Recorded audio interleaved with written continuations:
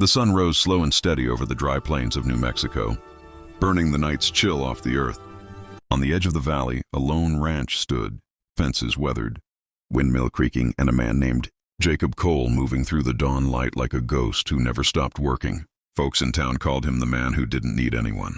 He had turned down every offer of company, kindness, and marriage that came his way since his wife died 5 years ago. Jacob wasn't cruel, just hollow.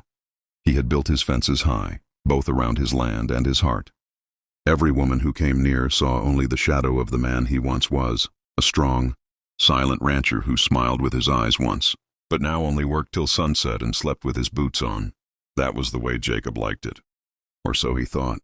One late afternoon, a storm came rolling down from the mountains, thunder growling, lightning carving the sky open. Jacob was driving his cattle back to the barn when he saw something unusual near the river, a figure wrapped in a soaked blanket, struggling through the mud. He spurred his horse closer, and his heart kicked once when he saw who it was.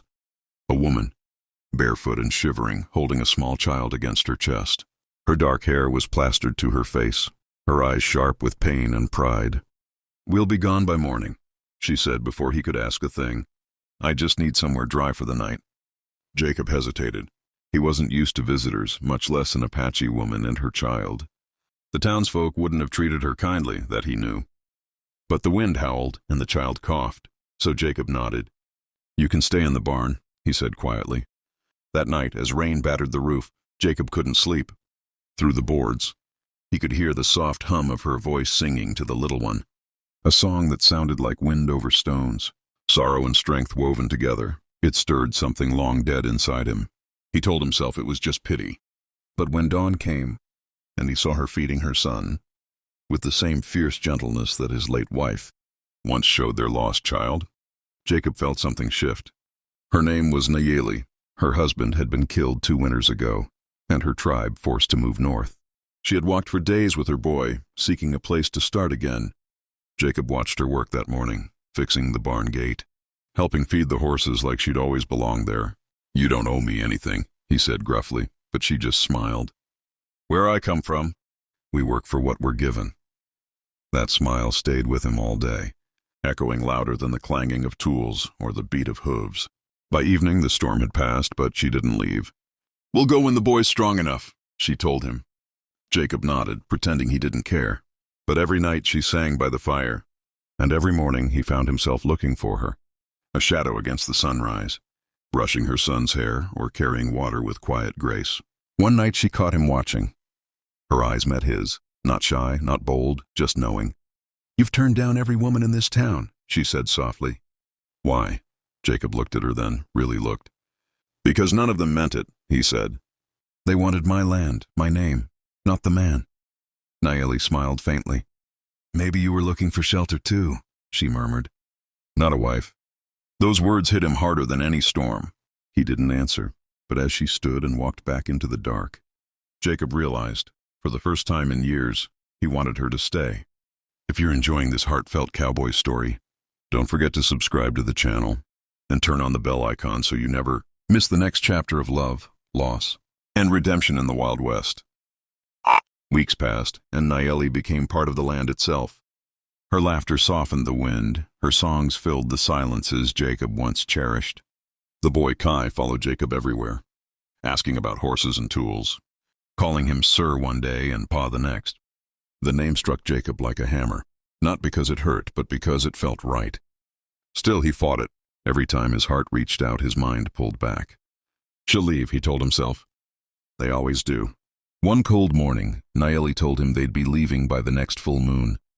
"The snow will come soon," she said. "I can't stay where I don't belong." Jacob didn't answer. He just walked out to the corral and stared at the hills, his chest heavy with something he couldn't name. That night he sat by the fire while Nayeli packed her things. The boy was asleep beside her. "You've been kind," she said. "You didn't have to be." Jacob looked up. "Maybe I needed to be." She studied him for a moment, then asked quietly, "You want a wife? Or just shelter?" The words cut straight through him.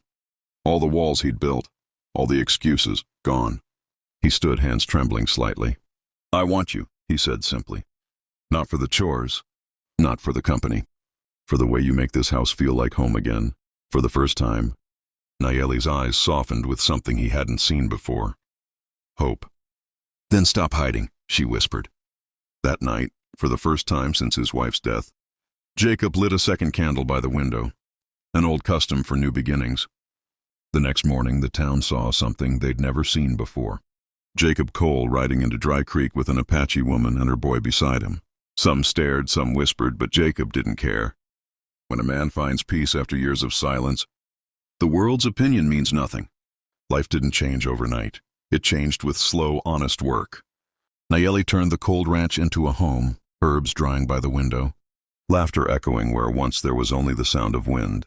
Jacob taught Kai to ride, to rope, to dream bigger than fences.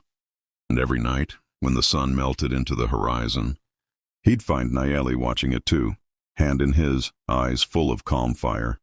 One evening, as cicadas sang in the distance, Jacob asked her quietly, "You ever regret staying?" She smiled. "You ever regret letting me?" He laughed then, a sound he hadn't made in years, and kissed her forehead. Not for a single breath. The desert wind carried their laughter, soft and sure across the endless land. Two hearts that had lost everything, only to find it in each other. And so the man, who once turned down every woman, learned that love doesn't come when you're ready. It comes when your heart has finally made room for it. If this story touched your heart, don't forget to like, share, and subscribe to our channel for more powerful Western love stories full of hope, faith, and redemption.